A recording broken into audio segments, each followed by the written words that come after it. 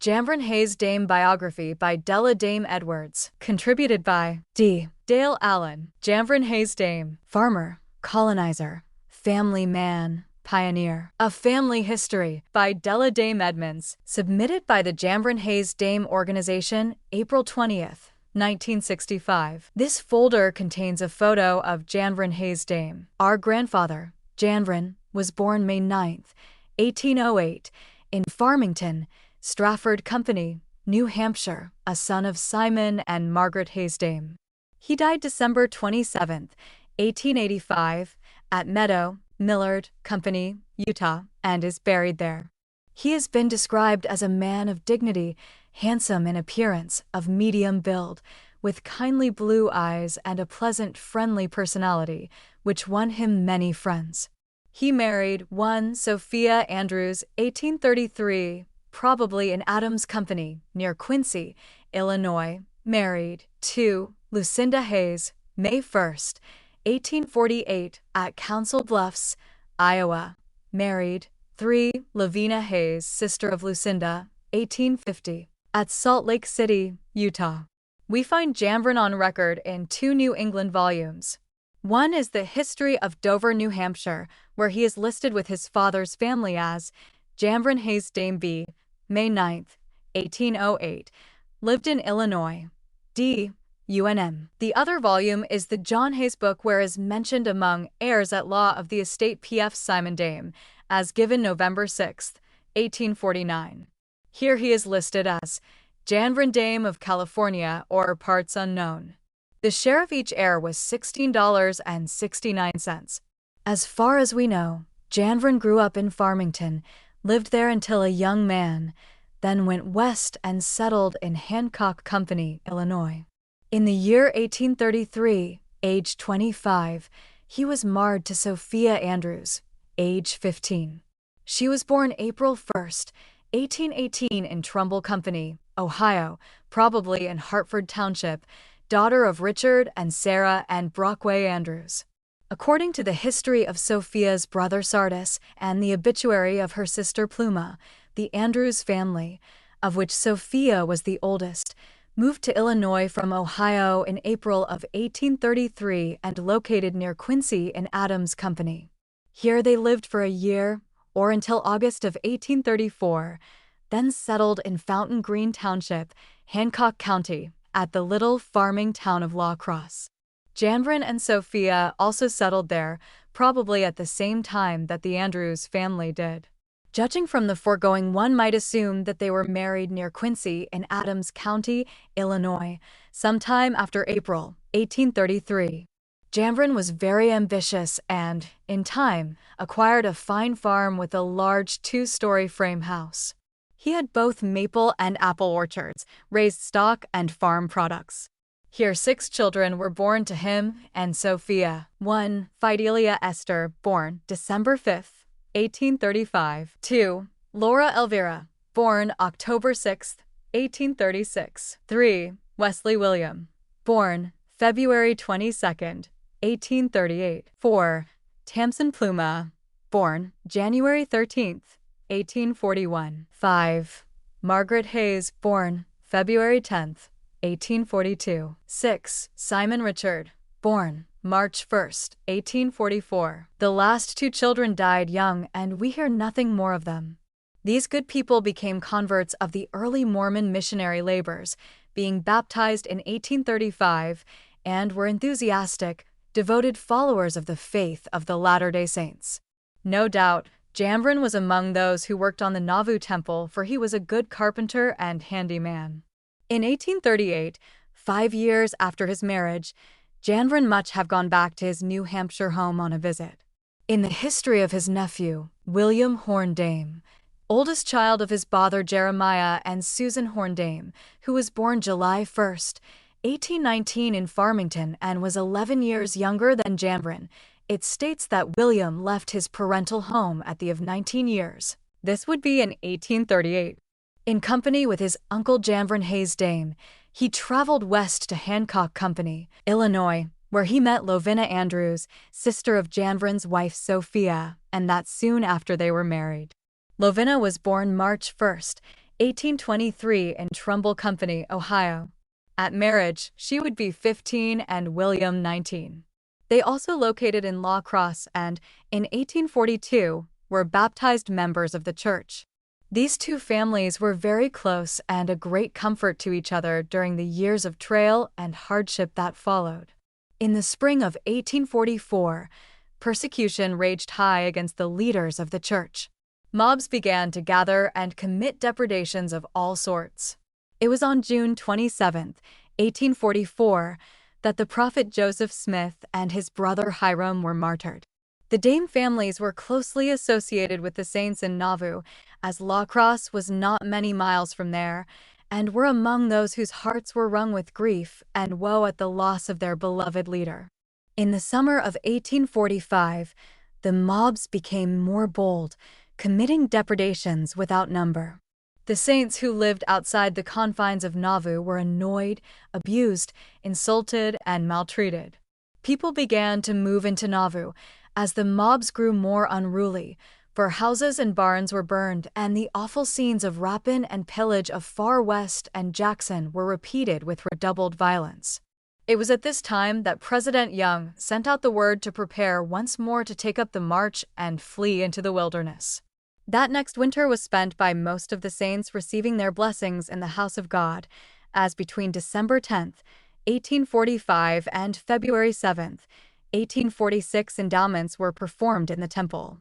Prior to this, on October 9, 1845, according to the temple records in the Genealogical Library in Salt Lake City, Janvrin and Sophia were sealed for time and eternity by those in authority at Nauvoo, outside the temple, as was then the custom. This is the date that stands even though Janvrin's endowment date, March 1, 1852, was later. Sophia was endowed March 3, 1886 in the St. George Temple, after her death. These dates are from the temple records. In the following entries, copied from the Journal of William Horne Dame, now in my possession, he takes us back to La Crosse, Illinois, which is a most precious experience. Entry on Wednesday, June 13, 1860. Pay a stranger $2 to take me to Webster. Here I meet my brother-in-law and family. This would be Albert Andrew. Find them well. Take dinner, then walk 4 miles to his mother's same old farm where I first found my wife. Also how changed. The youngest son Timothy keeps the farm. The father and 2 sisters Elsa and Amanda lay side by side in the graveyard. I visited their graves. This afternoon I went to my old farm, drank from the well I dug myself, looked around the house, then over fields, saw the labor of my own hands. In 1846, by an armed force, I was driven from my home for my religion. I asked them to bring aught against me, but they could not. Thursday, June 14, 1860. This day I find the administrator of Richard Andrews' estate. This is my wife's father. He said I could get the money for my wife and her sister Sophia's children, as I was attorney for them, by going to Carthage, the county seat. Charles Libby, another brother-in-law, comes sleep.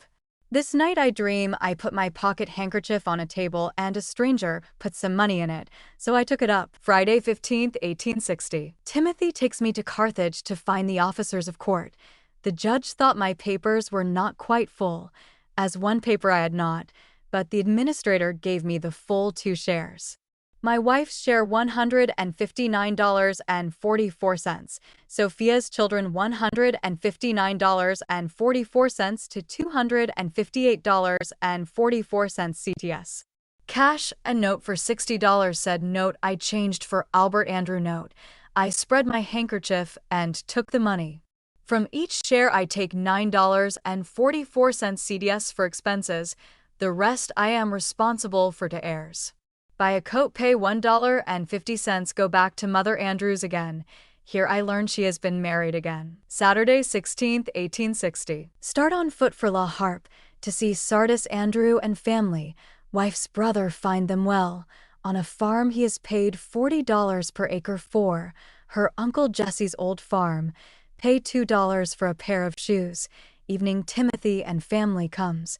He has 3 boys, neither of them can talk. Sunday 17th. All go to Libby's house. Pluma, his wife, has joined the Christians, no one at home. Go and eat nuts, get dinner, big dinner 8. Shut the door, go on. 1 mile, meet them coming. Quarrel a while, go on, they go home, get some more dinner, and then follow us down to their mothers. She opened her door for me to preach 4 p.m. Some came 6 miles to hear, no opposition, this is my first sermon in the world. Monday, 18th inch. Here I bid them all adieu. May God bless them, they fed me, and was kind. To travel on to preach the gospel on English soil, go over Webster, Old Bamus, to Alberts. Write letter to family, received one from cousin T.P., Dame Utah. Had a good nap under apple tree. Tuesday, June 19th. 1860. Brother Albert takes me to Colchester for train to Chicago. Thank him for his kindness to me.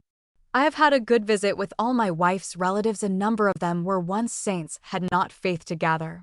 8 a.m. Pay $6.45 fare Chicago. In the foregoing, William states that in 1846 he was driven from his home by an armed force for his religion.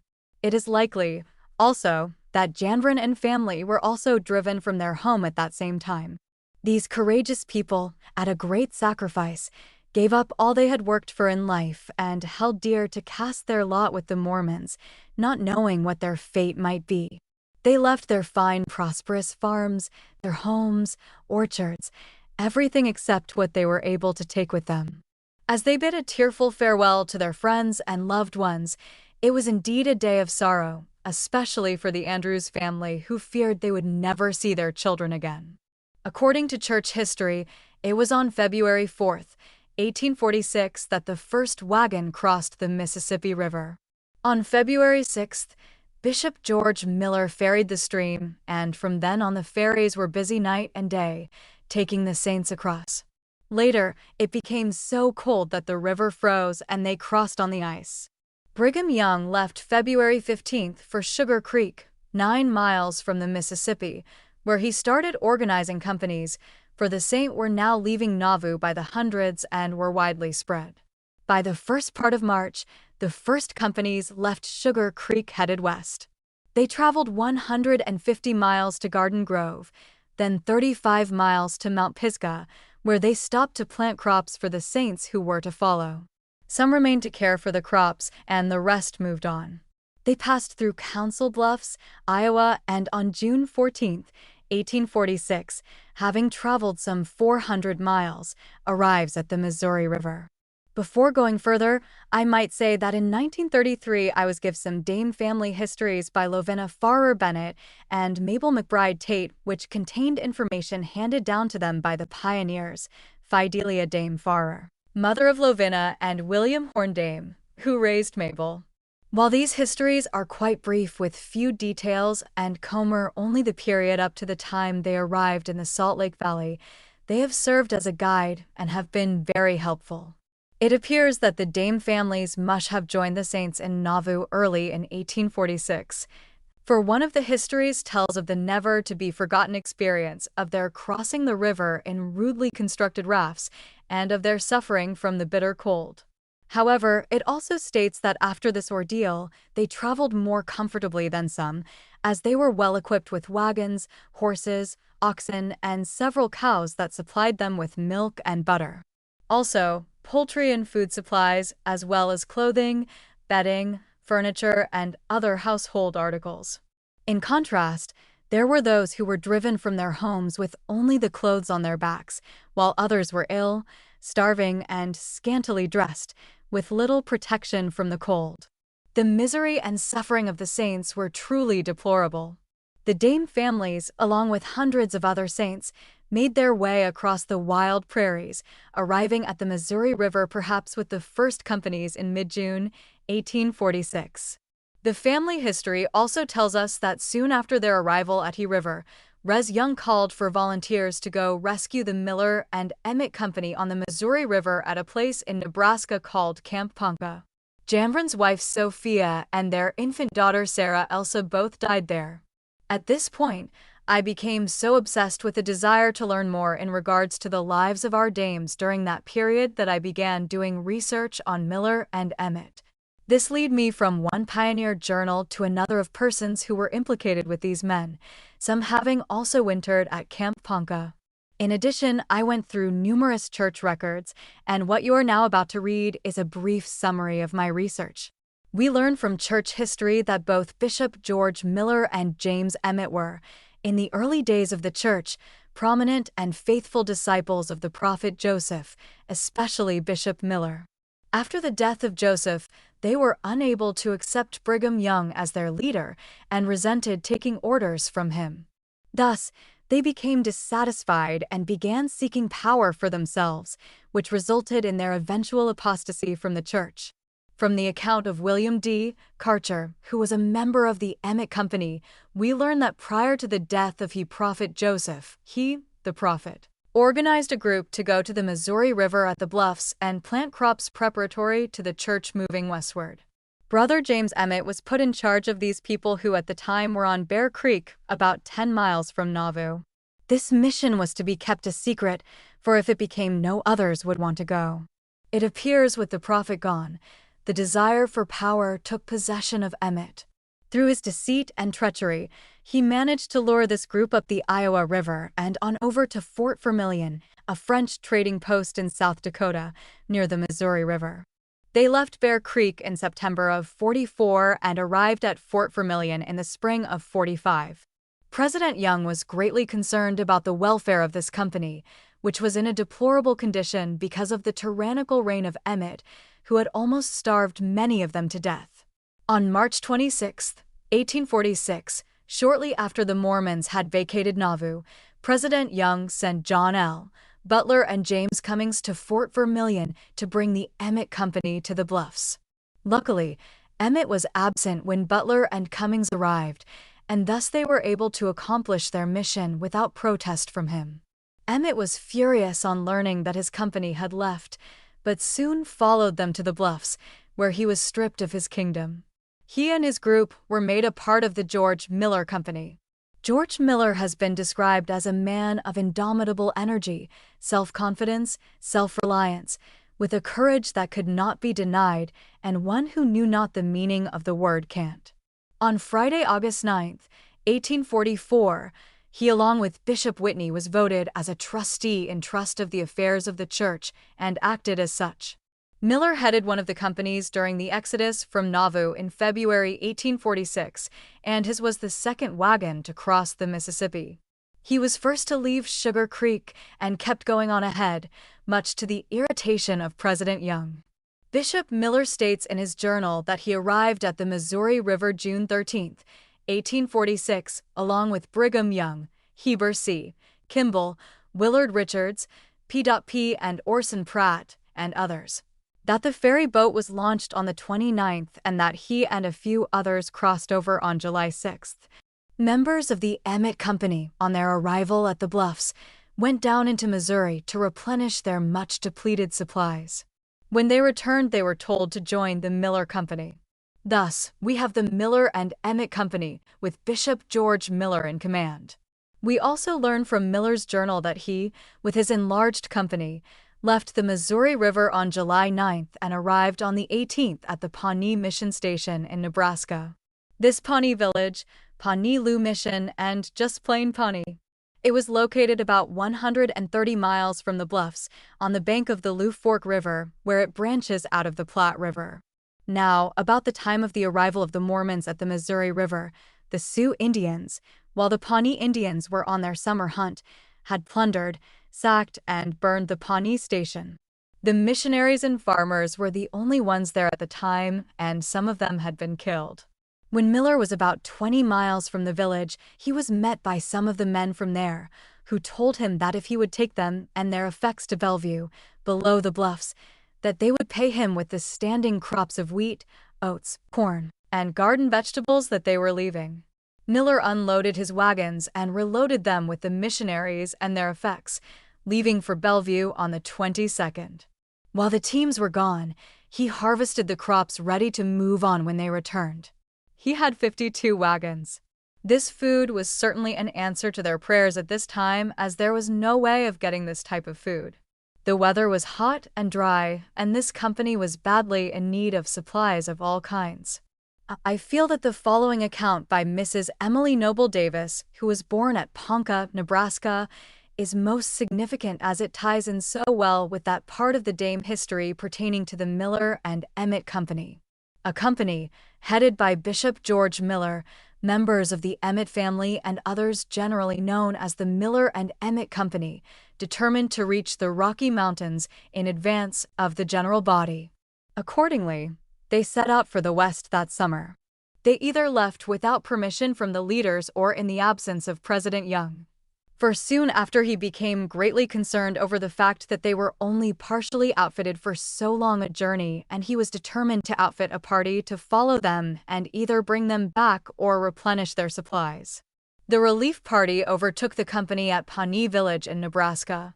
Their arrival was most timely, for the company was found with their teams almost exhausted and the people nearly destitute. Now let us go back to the bluffs and see what is happening there. The account of B.H. Roberts tells us that, prior to the coming of Captain Allen to raise the battalion, Brigham Young and Heber C. Kimball had each organized a company to make a forced march to the mountains that season. This anticipated march had to be postponed until the battalion left, which was on July 20th. Also on July 20th, Young, who was anxious to reach the mountains that season, called for volunteers from his company, who were sufficiently equipped to make the trip west, to be ready to leave the next morning. Heber C. Kimball also called for volunteers from his company to go. That next morning, to those who had assembled, the president spoke, saying, "My brethren, I am pleased to see you so well equipped. I shall organize you into companies of 50. That is 50 families in a company, the charge of which will be given to a captain. You will then be further divided into companies of 10s, also presided over by captains. This will ensure order and good careful management." The companies were organized. Newell Knight, Joseph Holbrook, and John Maxwell were appointed captains of the 50s. President Young, Heber C. Kimball, and Willard Richards then returned to the main body of saints, instructing the companies to go on ahead, saying they thought they would follow in a few days, but if not, they would send word as to their plans. The organizing of these companies no doubt took place at the Elkhorn River, about 30 miles from the Missouri, as this was the location used as a rendezvous to organize companies and also was the point of departure for those going west. B.H. Robert Singles Anson called out as captain of the first 10 in President Young's division, stating that Call left the Missouri soon after George Miller did, that under instructions from Press Young, he left the Elkhorn River on July 22nd and continued an onward march until he overtook Miller at Pawnee, that Call and his 10 then became a part of the Miller Company. B.H. Roberts also states that Miller has 52 wagons and that the additional Call 10 made him 62 wagons. Joseph Holbrook states that they left the Missouri on July 21st, that they talked with teamsters from Miller's company on July 27th, that on the 31st Miller asked them to move ahead and join his company at Pawnee, that on August 1st they joined the Miller Company. Miller tells us that about the time his wagons returned from Bellevue, a large number of wagons came up from the bluffs, which increased the number of wagons to 204 and the people to 600, and that these saints brought word from the president to start west. As we examine the evidence before us, it appears that the Miller and Emmett Company did stray away and that President Young did send a relief party to their rescue. It also appears that our Dame families were members of this relief party, for according to the family history, as previously stated, they were among the first to answer the call sent out by President Young soon after their arrival at the Bluffs, when he asked for volunteers to go rescue the Miller and Emmett Company. It is not known just when this relief party left. To pinpoint the movements of these people is a bit difficult, for while most of the accounts tell the same story of their dates vary a little. Here are some possibilities to consider. The Anson Call 10 could have been the relief party, since it appears to have been the first who arrived at Miller's camp. But if the dates I have listed are correct, the party would have had to leave the Elkhorn River prior to the departure of Call, July 22nd, in order to have reached Miller while he and his company were in need, which would be before he took possession of the crops at the Pawnee Mission perhaps. Part of the Call 10 were sent on ahead as a relief party. Or maybe the relief party was sent out ahead of the others from the bluffs. 2. It is possible that some of Miller's dates were slightly in error. At any rate, according to Mrs. Emily Noble Davis, the relief party arrived at just the right time and accomplished its mission. To me, the fact that our dames were among the first group of saints to head for the Rockies is a great honor and sufficient reason to cause one's heart to swell with pride. As the saints prepared to continue their onward march, the question of who was to be their leader arose. There was much controversy on the subject.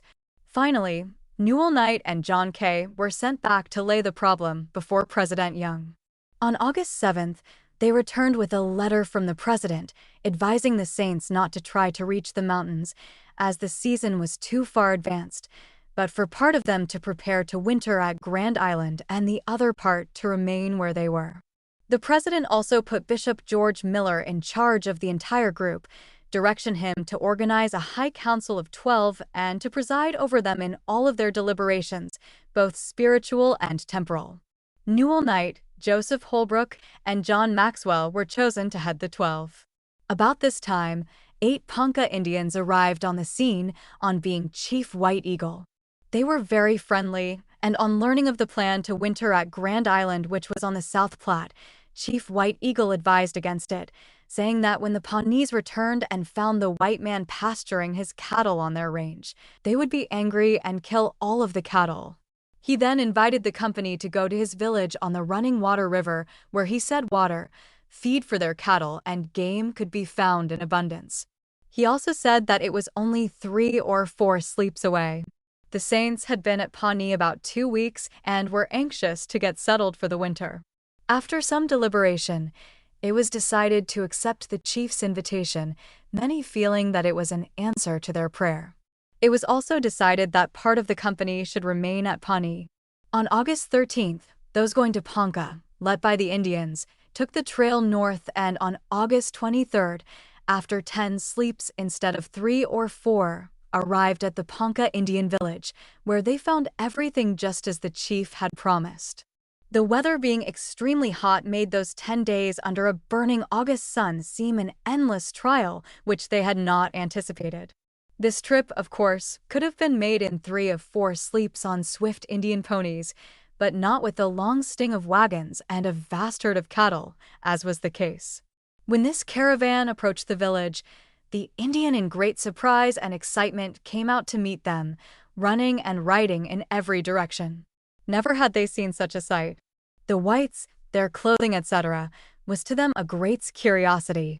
Fortunately, the Indians proved to be kind, friendly, and hospitable. A campsite was selected and a fort of log cabins was built. The saints were quite comfortable in their new homes after living in wagons for so long. They called this place Camp Ponca. It was located at the junction of the Running Water, or Niobrara, River on a plateau about 2 miles upstream from where the Running Water branched out from the Missouri River. Most of the accounts referred to the river as the Running Water, but in the Jesse Knight family it is called the Niobrara River. In one place, Miller calls it Loquacor River. On the map, it is called the Niobrara. For those of you wishing to consult the map, this campsite was near the town of Niobrara in Knox County, Nebraska. Some of the Knight family visited there in 1907, as we later learn. On September 17, 1846, Bishop Miller reported to winter quarters that there were 175 wagons at Ponca in good condition. John L. Butler states in his journal that there were 150 families. Another report states, Bishop Miller's camp, as he himself reported to the 12 at winter quarters, was at the junction of Running Water and Missouri River, 153 miles north of winter quarters. He reports his camp in good health and occupying a good situation, with plenty of feed for their stock in the ruchas of the Running Water. It is interesting to note that Vermilion, the place where Emmett took his company, was only about 60 miles due east of Ponca. As time went on, this little band of saints had many trials come upon them. The Sioux Indians stole their cattle, the food supplies became depleted, and there was much sickness and death among them. One journal says, "We searched out everything that would sustain life. We experimented with many things to see if they were eatable. We made biscuits with elm bark, seasoned our soup with squirrel eggs, and many times we would come by food which seemed almost like a miracle. John L. Butler tells of the terrible epidemic of blackleg that came among them. It seems they all had it but the members of the former Emmett Company. One lady asked why this was so. Butler said it must be a result of their high living, because they had flour and meat while the Emmett group had nothing but a little corn and fish. It seems that about all the Emmett group had lived on for months was corn and not much of that.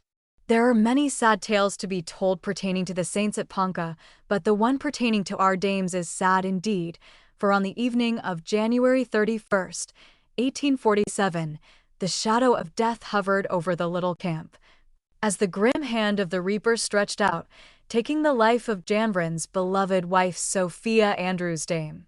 Sophia had given birth to her seventh child, Sarah Elsa, on November 29, 1846, and the child had preceded her mother in death 3 weeks.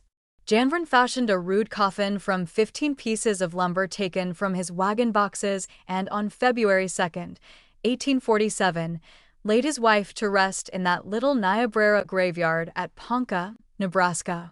In the journal of Joseph Holbrook, we find that he made but 2 entries on the following dates.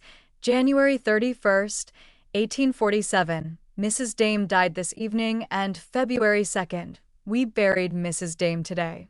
Without this journal, we would never have known the death date of Sophia. In their hour of bereavement, the motherless children were greatly blessed in having such near and dear relatives as William and Lovina Dame, who were more than glad to love and care for them as they had none of their own. On February 4th, Bishop Miller returned from winter quarters with the glad news that E.T. Benson and Erastus Snow were coming soon to Ponca to organize the camp, which they did.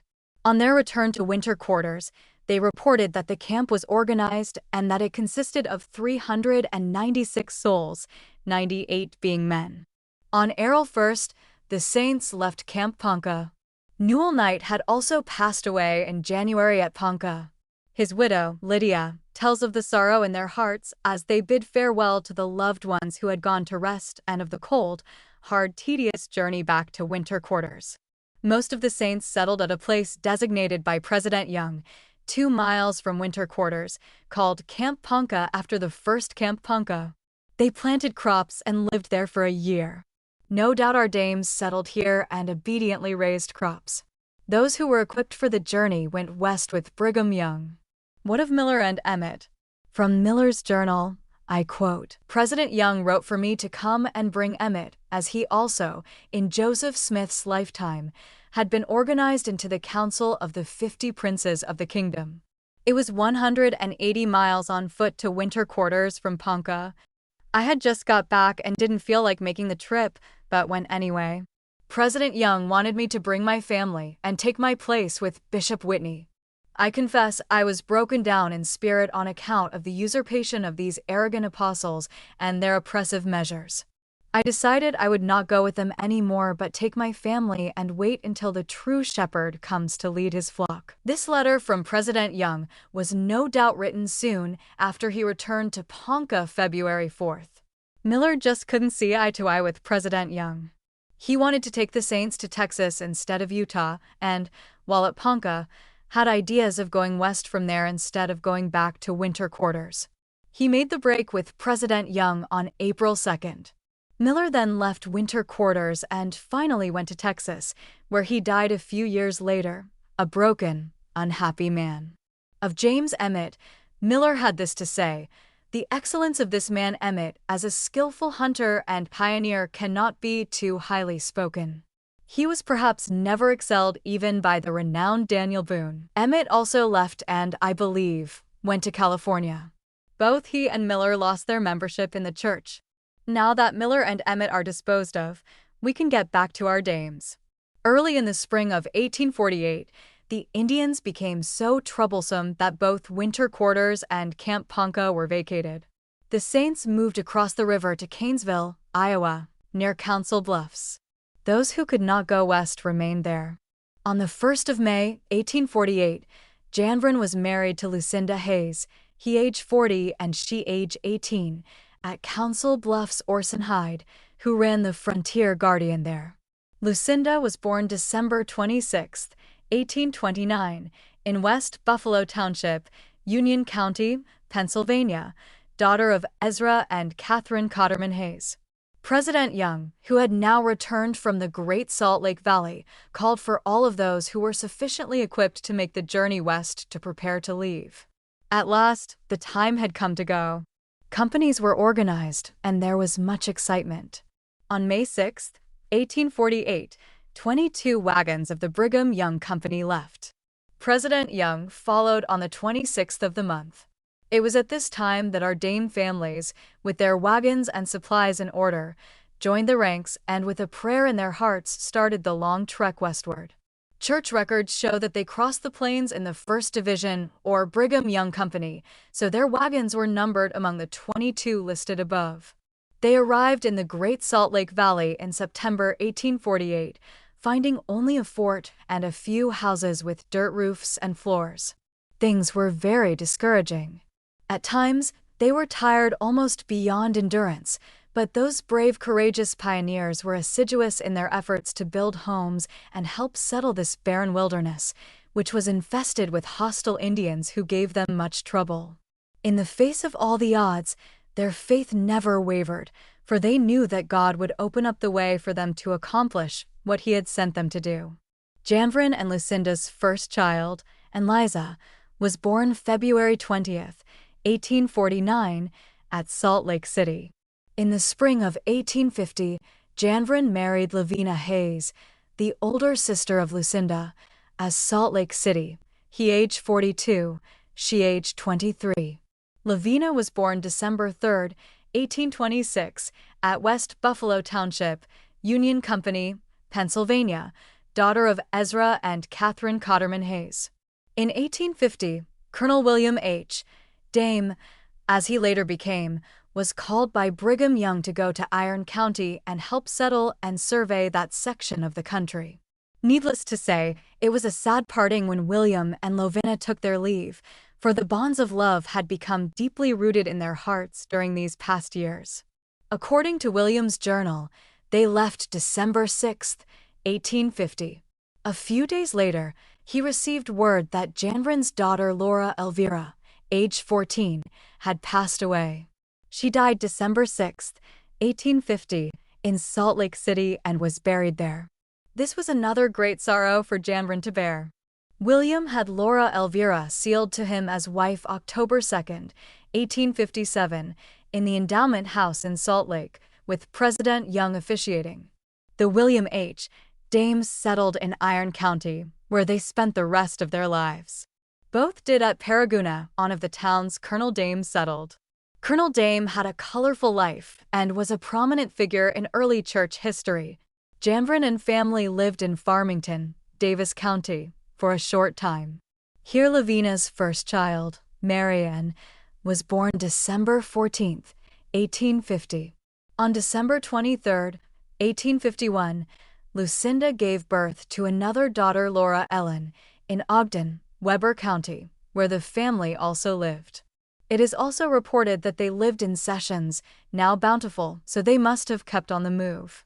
One record, First Families of Utah, states, David Fairbanks, now of Payson, was first bishop of the First Ward, ordained and set apart February 22, 1849. His counselors were G.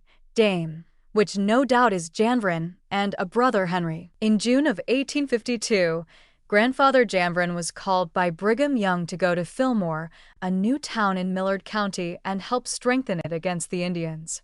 Fillmore had been settled the year before, 1851, and was to be the state capital.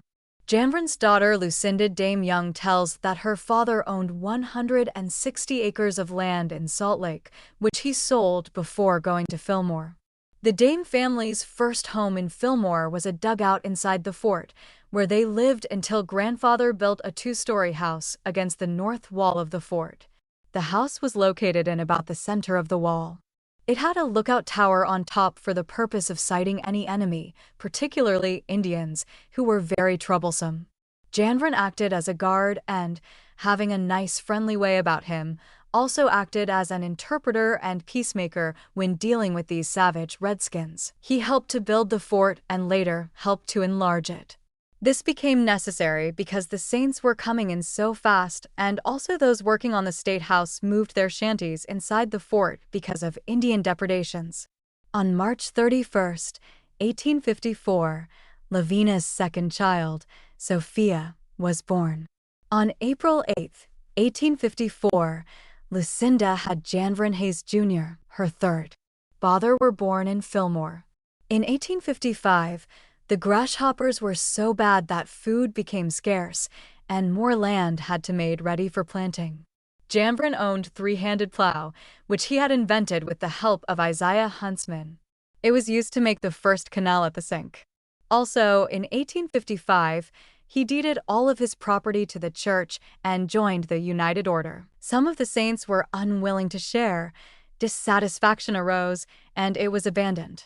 Later on, Grandfather built a large two-family adobe house in the north part of town. It was one of the first to be built outside of the fort. Sometime after its completion, he and his son Wesley spent 2 winters working on the Salt Lake Temple, donating their labor and furnishing their own team and wagon. On March 18, 1856, Lucinda gave birth to James Ezra. On July 7, 1857, Jeremiah was born. Lavina gave birth to Joseph Smith March 17, 1856, and to Margaret March 12, 1857. Also, her daughter Catherine was born April 17, 1861. All were born at Fillmore. The family went to Deseret for a short time and were among the first settlers in that section. Deseret is on the west side of Millard County. While there, Lavina gave birth to Edward December 5, 1863, and to Louis Leroy July 16, 1866. The latter died and was buried there. On March 18, 1862, Lucinda gave birth to Lucinda Elnora and to Leonard Henry April 21, 1866, both at Fillmore.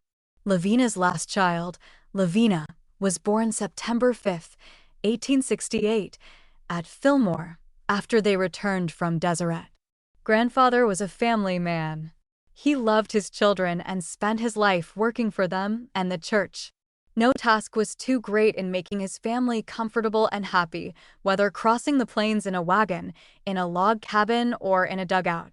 He was the father of 22 children, 9 sons and 13 daughters, given to him by his 3 wonderful and devoted wives, 7 from Sophia, 7 from Lucinda, and 8 from Lavina. He also raised Sago, a little Indian boy. First family. 1. Fidelia Esther, born 5 December 1835. 2. Laura Elvira, born October 6, 1836. 3. Wesley William, born 22 February 1838. 4. Tamsin Pluma, born 13 January 1841. 5. Margaret Hayes, born 10 February 1842. 6. Simon Richard, born 1 March 1844. 7. Sarah Elsa, born 29 November 1846. Second family. 1. Annalisa, born February 20th, 1849. 2. Laura Ellen, born December 23rd, 1851. 3. Janvrin Hayes Jr., born April 18th, 1854. 4. James Ezra, born March 18th, 1856. 5. Jeremiah, born July 7th, 1857. 6. Lucinda Elnora, born March 18th, 1862. 7. Leonard Henry, born April 21st, 1866. Third family. 1. Mary Ann, born December 14th, 1851. 2. Sophia, born March 31st, 1854. 3. Joseph Smith, born March 17th, 1856. 4. Margaret, born March 12th, 1857. 5. Catherine, born April 17th, 1861. 6. Edward, born December 5th, 1863. 7. Louis Leroy, born July 16th, 1866. 8. Lavina, born September 5th, 1868. Grandfather was a hard-working, honest, thrifty individual. It has been said by many old-timers that few men worked harder than he. Not only by day did he work, but also by night. When the moon was bright, he was often seen laboring in the fields. The old-timers testified that with a scythe he was unequaled, that he could and did cradle 10 acres of grain a day. An Iron Man, they called him. This Iron Man was a farmer and stockman, a citizen of worth, taking an active part in the early settlement of Millard County, especially Fillmore. He is listed among the prominent pioneers of Utah. He loved the gospel and was a true Latter-day Saint. B. H. Roberts once said, "No better men ever entered the Salt Lake Valley than the Dame men." Grandfather, being greatly concerned about his kinfolks whom he loved deeply, longed to preach the gospel to them and was broken-hearted when they did not answer his letters, because he was a Mormon. The following letter was written by Janvrin to his cousin Simon French Hayes of N.H. Mrs. Catherine Fall Richmond, a granddaughter of Simon. While gathering information for her John Hayes book ran across this letter, parts of which she published in her book. I feel that it is most precious because it throws some light on the character of our ancestor and reveals to us his religious convictions, especially his great interest in the salvation of both the dead and the living.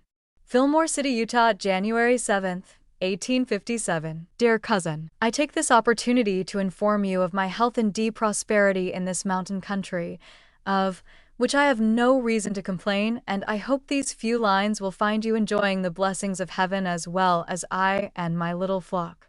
I say little flock because my family consists of 15 in number plus 5 that have gone to rest to awake in the morn of resurrection. I have 4 wives, 3 living at this time, and expect to have many more when I am worthy before the Lord our God Almighty, whom I try to worship in spirit and the power of the priesthood on earth, by his will revealed day by day through his 70 prophets. My families are all young.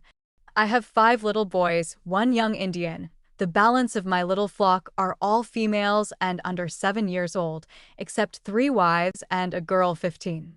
You may think strange of the Mormons, or Latter-day Saints raising children so fast. I will give you a reason for this increase. The God of our fathers has warned the world to repent and gather to Zion, or flee from Babylon and serve him. For he says he will cut his work short, and all that will not take up his sword against his neighbor shall flee to Zion. This is about to be fulfilled. Look for the signs of the times, and no I should hear from you less than once in 7 or 8 years. I have written time after time, but no return letter. I have sometimes tried to think that the post offices did not do their duty of late. I have thought you did not wish to hear from the Mormon, that their religion was not true. I say to you, don't be alarmed, get acquainted with it, and you will see your salvation is depending upon the same. I wish you to write me all about my kinfolks ++++. I want you to be particular in regard to the dead, for they are looking for the Latter-day Saints to redeem their souls. Here follows a discussion on the salvation of the departed. You must excuse poor composition and bad penmanship. Tell all my kinsfolk that I insist that they should write to me. I am anxious to hear from them. I have great interest in their welfare and salvation. Your friend, Janvrin Hayes, Dame. P.S. I have strayed from my kinsfolk in the flesh, but I acknowledge the hand of God in all things. The subject of salvation is my song by day and by night, by prayers for the deliverance of my kinsfolk first, then all of the children of the earth that are honest in heart. A long religious disquisition follows. The nations of the earth are looking to see if the saints will conspire against the Constitution of the U.S. They will support the Constitution till our God conspires against it, and we do not believe he will put down his own work, for he inspired our fathers to frame it, that he could have some place on the earth where he could set up a kingdom of his own and govern it by his own will and pleasure. The wise men of the earth have set up their own kingdoms, numbers of them. Choose whom you will serve, God or Mammon. Say while the day lasts. In his letter, Janvrin states that he had 4 wives. Although we have no record of a 4th wife, the descendants of his 2nd wife Lucinda say that he was either married or sealed to Catherine Cotterman Hayes, the widowed mother of Lucinda and Lavina. She was a part of his household from the time he married her daughter until the time of her death in 1859. In those days, it was not unusual for a man to be sealed to his widowed mother-in-law, but they were wives in name only. Janvrin built a little log house near his, where Catherine lived until she passed away. During the summer of 1868, grandfather suffered a severe sunstroke, from which he never fully recovered. With his illness came a great longing to visit his kinfolks who had not answered his letters. So after a year of struggling with both his physical and his homesickness, he laid down the shovel and the hoe and went back to his old New Hampshire home. This was in the summer of 1869. One might say he went on a private mission to preach the gospel to his kinfolks, for he was greatly concerned about their spiritual welfare, and, if the truth were known, perhaps that was the main reason he made the trip. At the time of grandfather's departure in 1869, he was 61 years of age. Lucinda was 39 and Lavina was 42. Of his 22 children, 5 had passed away. Of the 17 still living, 5 were married and 5 were under 8 years of age. The youngest, not quite 1 year old, was born when he was still 60 years old. Prior to his illness, grandfather was a good provider and reportedly not a poor man. Rosa B. Greer recently informed me that a Mr. Fawkes, formerly of Fillmore, once told her that he and Jan Dame had the best cattle in Millard County. Mr. Fawkes did not know that Rosa was Jan Dame's granddaughter. We now move on into what might well be termed the gray chapter in grandfather's life. There were indeed many gray days ahead, not only for him, but also for his wives and children, as we shall see. In pioneer times, at the age of 61 a man was considered quite old, perhaps because of the difficult, hard way of life to which they were exposed. Grandfather was no exception. No doubt he was somewhat disappointed on his arrival in New Hampshire to find that most of his immediate family had passed away, his mother in 1834, his father in 1847, the year he spent at Ponca. And also his brothers and sisters were gone, except for possibly the 3 youngest whose death dates are not available. His kinfolks would then consist of mostly nephews, nieces, and cousins. Early in 1860, some 11 years prior to this, William Horne Dame went on a mission to England and, according to his journal, stopped at Farmington, New Hampshire to visit his folks. He was welcomed with open arms by his mother, sisters, and others. He was also allowed to preach at Chestnut Hill, but when he went to see his Aunt Mary Wheeler, Janvrin's youngest sister, at Lowell, Massachusetts, it was a different story. I quote from his journal, July 7, 1860, I went to Lowell, Massachusetts, to see Aunt Mary Wheeler. She is lifted up in pride and riches. Have not seen her for 22 years. Also, went to Carpet Factory Rich. My aunt said she was disgraced by a Mormon calling at her house. Judging from the above, it is hard to tell how Janvrin was received by his kinsfolk. At the time I wrote the first biography of Janvrin, during March 4, 1962, in figuring dates, I was surprised to discover that he was in the East some 13 years or so. The only information then available pertaining to his stay in New Hampshire was to the effect that while there he became quite ill, that his kinsfolk wrote, saying that he wanted to come home, but was unable to travel, and that they would see to it that he was well taken care of. One day, early in 1958, I received a letter from Clarence E. Dame, my genealogical pal of Malden, Massachusetts, who for years had done research on the Dame family.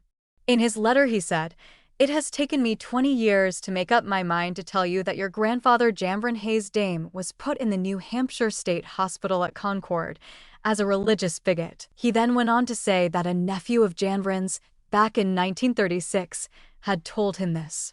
He also said that Janvrin was not the only victim to be put away for persisting in airing his unpopular religious views, that those stiff-necked New Englanders were intolerant of any religious belief deviating from that of their fathers, and he cited a few famous cases in early New England history where people were even put to death for this offense, some being burned at the stake. According to the dictionary, a bigot is one who is intolerantly convinced of a particular creed. Also, a person who holds blindly and intolerantly to a particular creed. Because Clarence did not tell me who put him in the hospital or when he was released, I assumed that his kinfolks had done the deed and that he was thus confined during most of his stay there, and that this was the reason he was away so long. I then, on March 28, 1958, wrote the hospital a very belligerent letter, demanding to know who put my grandfather away, etc. In answer, I received a letter, dated April 14, 1958, which said, "We regret to inform you that we cannot find any record among our files of a Janvrin Hayes dame." On April 9, 1963, at the time I began this present biography, I again wrote to the hospital, but my letter was very businesslike and polite. The answer dated April 15, 1963, which arrived by airmail, is as follows. Dear Mrs. Edmonds, in reply to your letter of April 9, 1963, Mr. Janvrin Dame was admitted to the New Hampshire State Hospital on November 20, 1872, his residence at that time being given as Farmington, New Hampshire. His age 64, civil condition as married, and occupation farmer. He was committed by the town of Farmington, New Hampshire. And the following is a copy of the notes made during his hospitalization. November 20th, 1872. Age 64. Married. Has lived in Utah 35 years and has been with the Mormons. Imagines he is making a new world and a new system of things. Is perfectly quiet in his manner. Has been fasting several days in order to bring about a resurrection of the dead. His friends are not aware that he has taken no food except sugar and peppermint for 4 weeks. Sleeps well nights. November 30th, 1872. Has eaten nothing but sugar and drank a little milk until today when he was fed with a tube. Has said he was afraid of being poisoned. December 4th. Has taken gruel voluntarily since he was fed. According to our record, Mr. Dame was discharged from this hospital on April 14th, 1875, condition improved, returned to county farm. Diagnosis: chronic mania. Very truly yours, John L. Smaldon, M.D. Superintendent. I then sent an inquiry to the town clerk at Farmington, hoping for some further information, but was told that all of their records had been burned. On the advice of Miss Blanche Dame, an elderly lady of Rochester, New Hampshire, I contacted the commissioners of Dover, New Hampshire. Their letter, dated May 17, 1963, is as follows. Dear Mrs. Edmonds, the Strafford County Almshouse, with records, was destroyed by fire on January 7, 1881. The fire also took several lives. We have checked our county reports and found Mr. Dame's name mentioned as follows. 1880, Janvrin Dame listed as a pauper at the county farm, length of time 52 weeks and 2 days. 1881, Janvrin Dame listed as a pauper at the county farm. 1882, Janvrin Dame listed as a pauper at the county farm, length of time 20 weeks and 4 days. Age 73. Very truly yours, Board of County Commissioners. Between 1869, when grandfather went to New Hampshire, and November 1872, when he was committed to the state hospital at Concord, 3 years had elapsed. The question is, what happened during those 3 years? We know that our poor ancestor's health failed and that he was unable to come home. Perhaps this was during his first year there. We also know that he was living on the county farm and, thus, was a ward of the town of Farmington, which was responsible for placing him in the hospital. It is evident that grandfather must have become financially embarrassed and that his kinfolks, whoever they were either not in a position to take care of him or that they had washed their hands of him. Otherwise, he would not have been obliged to live on the county farm. Also, I might state here that grandfather's wives were in no position to help him, as after he became ill and left, they had a real struggle to support their large families. Blanche Dame said that if a man was able to work, they would pay him a little for working on the farm. Perhaps grandfather was able to earn a little money, particularly during those last 7 years, for after he came home he reportedly was able to work. Here is another point of interest. Can you imagine how disgraced grandfather's kinfolks must have been, especially his rich sister Mary Wheeler, if still alive, when he began proudly airing the fact that he had 4 wives and 22 children? Just what the circumstances were which lead to grandfather being hospitalized is a matter of speculation.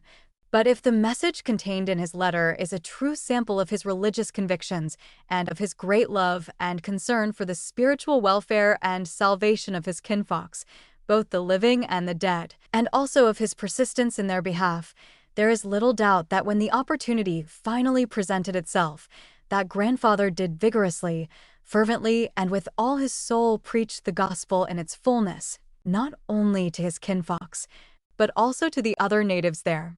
Surely it could not be said of him that he fell down on the job. The following golden quotations from his letter clearly show what was in his heart. I want you to be particular in regard to the salvation of the dead, for they are looking for the latter-day saints to redeem their souls. Also, the subject of salvation is my song by day and night. Grandfather was in the hospital at Concord 2.5 years, lacking 6 days, being released April 14, 1875, age almost 67 years. He was returned to the county farm where he remained for 7 years or until April 26, 1882, age 73, but turned 74 on May 9th. Altogether, he was gone 13 years.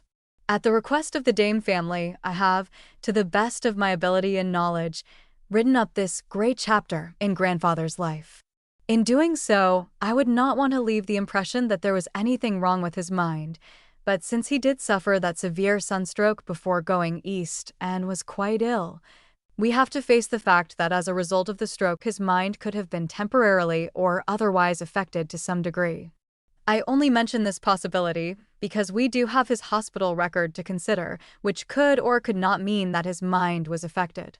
Other than this, there is no mention of any mental problem. Since Janvrin's nephew said he was put away as a religious bigot, it does seem likely that this would be the case, for grandfather, no doubt, was pegged as a religious fanatic. Instead of speculating further on the many unanswerable questions before us, I prefer to let each draw his own conclusions, as my deductions just might give the wrong impression. We know that grandfather left the county farm on April 26, 1882, so we assume that he started for Utah at this time. How long it took him to make the trip is not known, nor when he arrived at Fillmore, but we do know that when he was about 25 miles north of Fillmore, just out of Scipio in Millard County, that my maternal grandfather, John Payne, met him walking up Scipio Hill. He said to him, "Brother Dame, where have you been all of these years?" Grandfather Janvrin answered, "To hell and back. John's wife, my grandmother, told me this." I suppose that in the final analysis, only God knows what our worthy ancestor suffered, because of his religion, during those gray days in New Hampshire. I can well imagine how grandfather felt as he entered Fillmore. How his old heart must have pounded with joy and excitement at coming home, and at the thought of seeing his wives and children after 13 long years. No doubt, he had some misgivings as to how he would be received by them, for he would not recognize the younger ones, and they would not remember him. How strange to be getting acquainted with one's children for the first time at the age 74 years. Before grandfather greets his loved ones, it might be well to give a brief rundown on what happened in their lives during his absence. Lucinda was then 53. Lavina was 56. Of his 22 children, 6 were dead, 10 were married, and 6 were still single. The 6 were Lucinda's James 26, Jeremiah 25, and Lucinda Jr. 20, and Leonard 16, Lavina's Edward 19, and Lavina 14. The 10 married were: first family, Fidelia, Wesley, and Tamsin; second family, and Liza and Laura Ellen; third family, Mary Ann, Sophia, Joseph, Margaret, and Catherine. The 6 dead were: first family, Laura Elvira, Margaret Hayes, Simon Richard, and Sarah Elsa; second family, Janvrin Jr.; third family, Louis Leroy. Also, Sago the Indian boy. After grandfather's departure, his wives had a difficult time in making ends meet while supporting their large families. Tradition tells us that they lost all of their cattle. Both Lucinda and Lavina were hardworking, capable, courageous women. They helped to herd and milk the cows, as did other pioneer women. Everybody worked in those days. On July 12, 1870, the year after grandfather left, Lucinda's son Janvrin Hayes Jr. passed away. He was her first to die, age 16. Helen Young of Colbran, Colorado, wife of Don, grandson of Lucinda, tells that Lucinda left a diary, which disappeared. Helen read this diary, which is most fortunate. In it, Lucinda tells of the death of Sago, the Indian boy who apparently lived with her, of how they made his coffin too short and, in order to get his body into it, they had to break his bones. Sago's death occurred after Janvrin Jr. passed away. These two deaths, plus all of her other problems, were too much for Lucinda, and she suffered a mental breakdown, or as Helen puts it, she went off her rocker. This would be at about the time grandfather was hospitalized. Perhaps his plight also contributed to her crack up. It was at this time that Lucinda Jr. went to live with William Horndame and his wife Lovina at Parowan in Iron County, Utah, where she stayed for several years. In fact, William was the only father she knew while growing up. It is believed that some of the other children also went there for a while, as Lucinda was unable to care for them. Her diary tells what a terrible time she had, how they put her in a little log house on the outskirts of town, where she lived alone.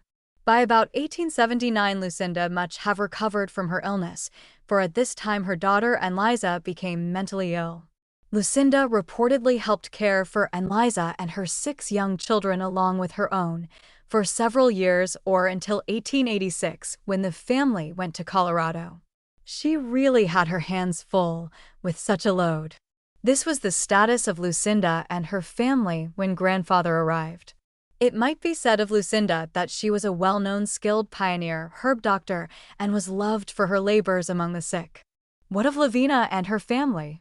Lavina took her 6 unmarried children to Meadow, where they lived on a small farm owned by Bishop Thomas Callister of Fillmore. They were very poor, but Lavina was a religious and prayerful woman, always trusting in God. She did everything possible to support and keep her family together, sewed, quilted, cut carpet rags, worked in the homes of other women, etc. Finally, with the united efforts of her children, they were able to pay for the farm. Then the burden became lighter. Her children married one by one until only Edward and Lavina were left. This was the status of Lavina and her family when grandfather arrived. Why grandfather, after his release from the hospital, remained those last 7 years in Farmington is the $64 question. But as one considers the sad and sorrowful situation which existed at home within his family, it appears that there would be no place in their setup for an old and penniless man such as he, for instead of being an asset in their midst, he could have been an added burden. In view of this fact, it is easy for one to assume that grandfather might have realized this and thus decided to remain where he was. It is almost certain, as previously stated, that he did work on the county farm, as he was not a man to twiddle his thumbs in idleness. Another assumption is that maybe his wives, at that time, just couldn't have him, and then later when family conditions, financially and otherwise, improved, his children might have decided that their father should come home and thus send the money for his transportation. There are many possibilities, but regardless of the circumstances, the important thing is that poor old guy did get home.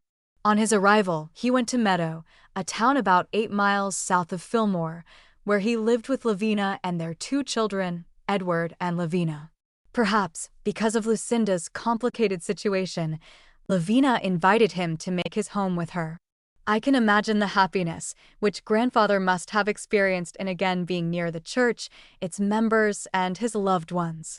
He spent the remaining years of his life working in the mountains with his son Joseph. One summer, my grandfather, John Payne, worked in the mountains with them. My grandmother, who often went along, recalled that Janvrin and Joseph used to bring their lunch in a clean little white sack. It looked so appetizing that she always wanted to sample it. According to Don Ray, while working in the mountains, Grandfather would cut and stack the posts and poles, then leave them for Joseph to pick up and haul to town. It appears that Grandfather cut so many that Joseph never did get around to collecting all of them. Years later, Don's father, William H. Ray, in scouting the mountains, ran across many stacks of these poles. They were scattered everywhere and in a decaying condition. On the butt end of each was neatly carved 3 niches, which was Grandfather's mark. As previously stated, Grandfather was called by the old-timers an Iron Man, for no one would outwork him. Thus, these decaying poles, bearing his mark, were sufficient evidence that he in his twilight years did, right to the end, live up to his Iron Man reputation. Janvrin's granddaughter, Rosa B. Greer, told me that after he came from New Hampshire, a large number of the trees in meadow were dying. True to form, he got up in the night and whitewashed the trunks of the trees, no doubt laboring by the light of the moon. When the town folks arose the next morning and saw what he had done, they thought him crazy, but it saved the trees, and for years his handiwork remained visible. Perhaps Janvrin learned this trick in New Hampshire and thus introduced it in Millard County. Grandfather lived 3 years after his return, and it looks as if he came home to the Valley of the Mountains to die among his loved ones. It was on Sunday, December 27, 1885, that he suddenly passed away from a heart attack at his home in Meadow at age 77 years. Lavina B. Stott, daughter of Catherine Dame Bushnell, even though she was only 5 years old at the time, says she remembers distinctly the day Grandfather died. It was 2 days after Christmas, on a Sunday, and all the relatives had gathered at Lavina's for a holiday dinner. She said that all of Grandfather's children were there, and recalls that he had taken suddenly ill and that Lucinda sat on a chair in front of the door to the bedroom where he was, to keep the children from bothering him. She said that when he suddenly died, all of the small children were taken home without any dinner. The fact that she didn't get any dinner was the thing which made her remember the occasion so well. Grandfather was buried in the Meadow Cemetery. His tombstone was placed by his daughter Sophia Wood of Holden, Utah. After his death, Lucinda went to Mesa County, Colorado, with the children. Here, she again helped to pioneer and settle a new country. 14 years later, on September 27, 1900, she passed away at Colbran, Mesa County, Colorado, where she was buried September 30th, age 71 years. Lavina remained in Meadow, where she passed away November 30th, 1905, age 79, and was buried there. 20 years had elapsed since Janvrin's death. Research shows the Hayes girls are descendants of George Hayes of Windsor and Simsbury, Connecticut. George Hayes and John Hayes, from whom Janvrin descended, are reputed to be brothers. If so, Janvrin is a 5th cousin to the girls he married. Janvrin Hayes Dame and his first wife, Sophia Andrews Dame, both received patriarchal blessings on April 23, 1845, at Nauvoo, Illinois from Patriarch John Smith. These blessings are on microfilm at the church office in Volume 9, page 96, blessings number 298 and 299. In August 1903, Fidelia Esther Dame Farrer, Janvrin's oldest child, in company with her daughter Lovina Farrer Bennett and her tiny daughter Pearl, went back to visit her birthplace at La Crosse, Hancock Company, Illinois. In Lovina's account of their trip, she tells of the warm reception they received from the Andrews people, who were overjoyed at seeing them, how they found some of Sophia's and Lovina's brothers and sisters still alive, who were happy to get some first-hand information about their beloved sisters who left home so long ago, and how they all took turns royally entertaining them in each of their homes. They visited the old home and farm Grandfather left behind and picked apples from the very trees he had planted himself. Fidelia saw the well into which her brother Wesley fell as a child. Aunt Mary, who rescued him, was still alive and could remember the incident. These people all appeared to be prosperous farmers, owning lovely homes, orchards, stock, etc. They escorted Lovina and her mother to Nauvoo, not far from La Crosse and to other places of interest. They viewed many old historic Mormon landmarks. When the time came to say goodbye, Lovina and her mother both agreed that this was the happiest experience of their lives. According to the Jesse Knight family history, among those encamped on the Niobrara River in the winter of 1846 to 47 was Isaac Riddle, a boy 16. In June 1901, at the insistence of Jesse Knight, Brother Riddle, at that time a resident of Provo, Utah, went to the town of Niobrara, Nebraska, for the purpose of locating Newell Knight's burial place. The grave, with those of others buried at that place, had been obliterated, but the ashes from the fireplaces in the barracks were discovered. In the spring of 1907, members of the Knight family and President George H. Brimhall of the Brigham Young University visited the old campsite. The Knights made arrangements for a piece of ground on which they erected a monument to the memory of Newell Knight. It was an imposing granite shaft facing the highway and enclosed by an iron fence. On the shaft is inscribed the following bit of history. Erected 1908. Newell Knight, born September 13, 1800, died January 11, 1847. A member of the Church of Jesus Christ of Latter-day Saints. Father, who died during the hardships of our exodus from Nauvoo to Salt Lake City. Blessed are they which are persecuted for the righteousness' sake, for theirs is the kingdom of heaven. Matt. V. 10. Others who died at Ponca in the years 1846 to 47, Mr. Cavell, Mrs. Cavell, Lucy Brunson and Boyce, Mrs. Rufus Tack, Mrs. Spicer Crandall, Mrs. Newell Drake, Mrs. Dame, Garderout Nobel, Benjamin F. Mayer. Among those who were at the winter camp in 1846 to 47 was the mother of President George H. Brimhall and her brother Benjamin Mayer. The latter died there and is among those buried in the Little Niobrara graveyard. While their President Brimhall, who is a gifted poet, composed the following lines. 1. A fire in each bosom was burning. For the new land of promise the Lord had them booked, and they yearned with an Israelite yearning. Not backward, but onward and upward they looked. 2. The comforts of home they had left far behind. The wilderness wild was around them. The voice of their God was the only one kind, and here the cold winter had found them. 3. The smoke from their cabins arose to the sky. Their prayers of the morning and bedtime went up to the throne of the Father on high, as they patiently watched for the springtime. 4. Joy gushed from the heart in each noble breast at the words, "We leave on the morrow, but the graves now unknown where the dear ones still rest, kept open the fountains of sorrow." By President George H.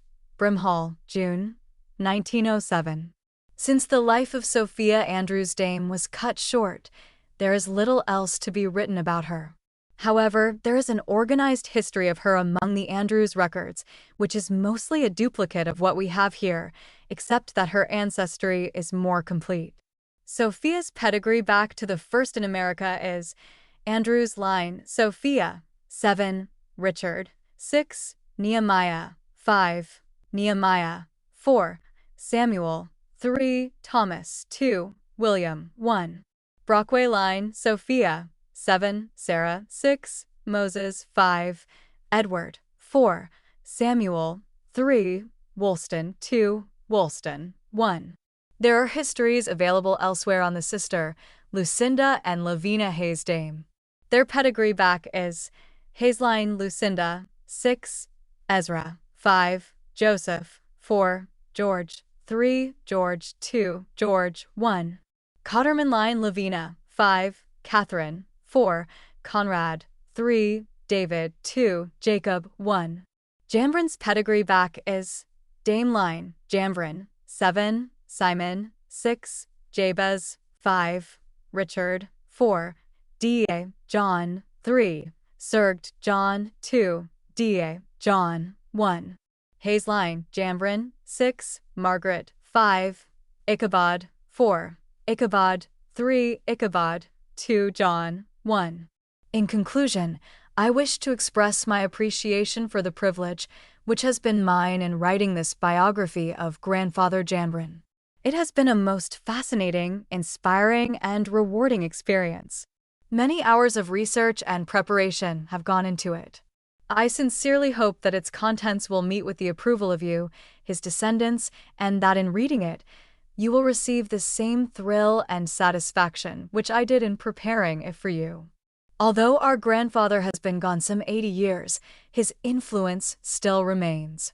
Through my study of his life, I have come to know and to love him. I have also come to realize, in part, the price he gladly paid in helping to pioneer a new country and a new religion. It has given me a greater appreciation for all Utah pioneers, for the prosperity we here enjoy, but most of all for my membership in the Church of Jesus Christ of Latter-day Saints.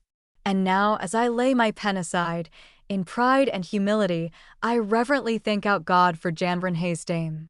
Bibliography and Acknowledgements. A.M. Ancestry Volume 12. A.M. Pub H.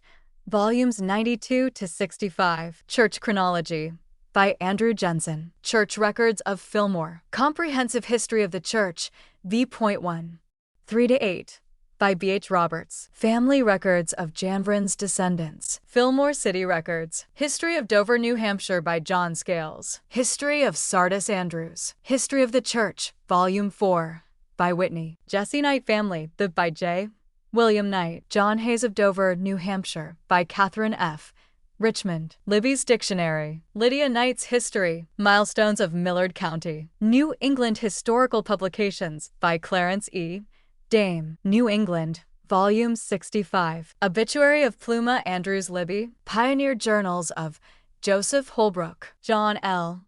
Butler, George Miller, William C. Staines, Hosea Stout, Emily Noble Davis, William Decatur Karchner, William Clayton, and others. Savage Dictionary. Stories told by relatives and friends. Various other early church records. The patriarchal blessings of Janvrin Hayes Dame and his wife Sophia Andrews Dame. These blessings were given April 23, 1845 at Nauvoo, Hancock Company, Illinois, by Patriarch John Smith. I copied them some years ago from the microfilmed originals, which were in the church historical department at the church office. It should be noted that they are both incomplete, especially Sophia's. The reason being that the blessings were very faded and difficult to read. They are not now available to the public. Janvrin Hayes Dame, born May 9, 1808, at Farmington, New Hampshire. Not a hair of thy head shall fall by the hand of an enemy. Multitudes shall obey thy voice, and thou shalt baptize and lead them to Zion with great stores of riches. Thou shalt be able to do any miracle ever done by man in the name of Jesus Christ, or to speak any language of any nation on earth when it is necessary for worthy work. Thou wilt have numerous posterity. The number of thy years shall be according to thy faith, even to see the Savior stand on the earth. Thou shalt do much toward bringing forth this event, and thou shalt reign 1,000 years on this earth with him the Savior. His angels will guard thee. Be faithful, brother, and not one word shall fail. Sophia Andrew Dame, born April 1, 1818, in Trumbull Co., Ohio. Thou shalt be able to drive the destroyer out of thy house, and heal the sick in the absence of the priesthood. Thou shalt have the same gift as thy mate, power to heal the sick. Thou shalt reign 1,000 years with thy mate on earth. Blessings numbers 298 and 299, page 96, volume 9. Property transfer by Janvrin Hayes Dame. A list of all property transferred over to the church at the same time he and his family joined the United Order at Fillmore, Utah. Be it known by these present that I, Janvrin Hayes Dame of Fillmore City in the county of Millard and the territory of Utah, for and in consideration of the goodwill which I have for the Church of Jesus Christ of Latter-day Saints, give and convey to Brigham Young trustee in trust for said church his successors in office, and assign all my claims to and ownership of the following described property, to wit, 10 acres of land on the southwest corner of Lot 5, Block 1, Range 1, Chalk Creek at $3 per acre, $30. Lots 2 and 3, Block 1, containing 10 acres at $5 per acre. Chalk Creek Survey, 50.00. Lots 1 and 8, Fillmore City Survey, 50.00. Lots 6, 7 and 8, 6, 7 and 8, Fillmore City Block, 47 at $25.00 each, 75.00. 3 houses in Fillmore Fort at $365, 365.00. 3 horses at $250, 2 colts at $100, 2 mules at $250, 600.00. 1 yoke of oxen at $100, 5 cows at $25 each, 225.00. 5 calves at $5 per head, 49 sheep at $4 each, 221.00. 15 chickens at 25 cents each. 5 wagons at $20 each, minus 103.75. Farming utensils at $75. 1 obligation against Walton, 575.00. Household furniture at $100. 100.00 $2,294.75. Witnesses: Andrew Henry, Nathan V. Baldwin, Janvrin Hayes Dame, Reuben McBride, Territory of Utah, County of Millard. I. Thomas R. King, probate judge in Fillmore City in Millard County, certify that the signer of the above transfer personally known to me appears this 17th day of April AD 1855, and acknowledge that he of his own choice executed the foregoing transfer. Thomas R. King, probate judge. Copied by Don Ray from the original record in the Old State House Museum at Fillmore, Utah. Given to Della Dame Edmonds March 11, 1967, by Don Janvrin Hayes Dame. Janvrin Hayes Dame was born May 9, 1808 at Farmington, Stafford County, New Hampshire, to Simon and Margaret Hayes. He married Sophia Andrews, born in 1818, to Richard and Sarah Brockway.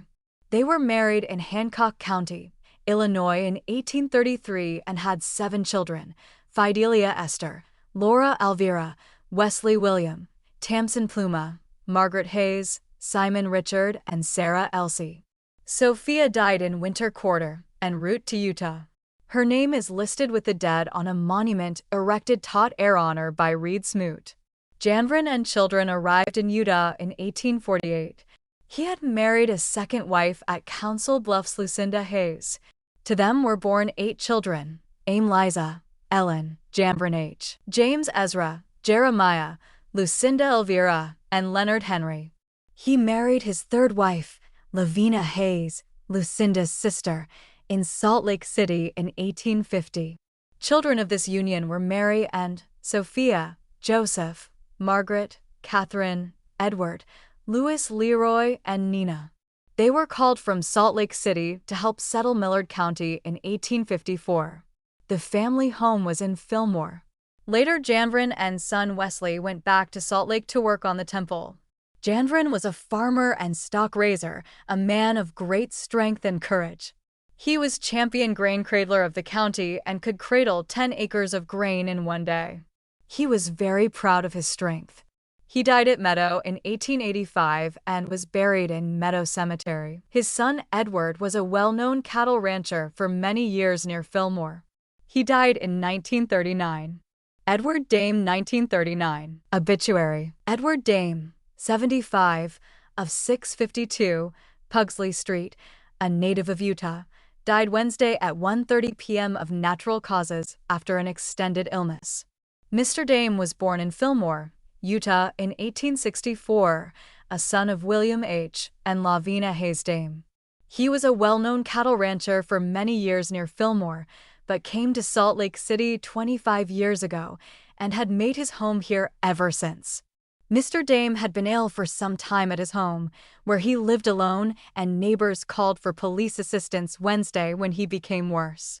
Officers summoned to the home called an ambulance, preparing to take Mr. Dame to a hospital for attention, but he died before reaching the hospital. His body was then taken to the police emergency hospital morgue, where health department officials pronounced the death due to natural causes. Mr. Dame is survived by 3 grandchildren, a brother, Leonard Dame of Colbran, Colorado, and 3 sisters. Mrs. Lucinda Young of Colbran, Mrs. Nina Stott of California, and Mrs. Catherine Bushnell of Meadow, Utah. Funeral services will be held Saturday at noon at 372 East 1st South Street with Bishop Audiel F. Stewart officiating. Burial will be at Colbran. Friends may call at 372 East South Street Friday evening and Saturday prior to the services.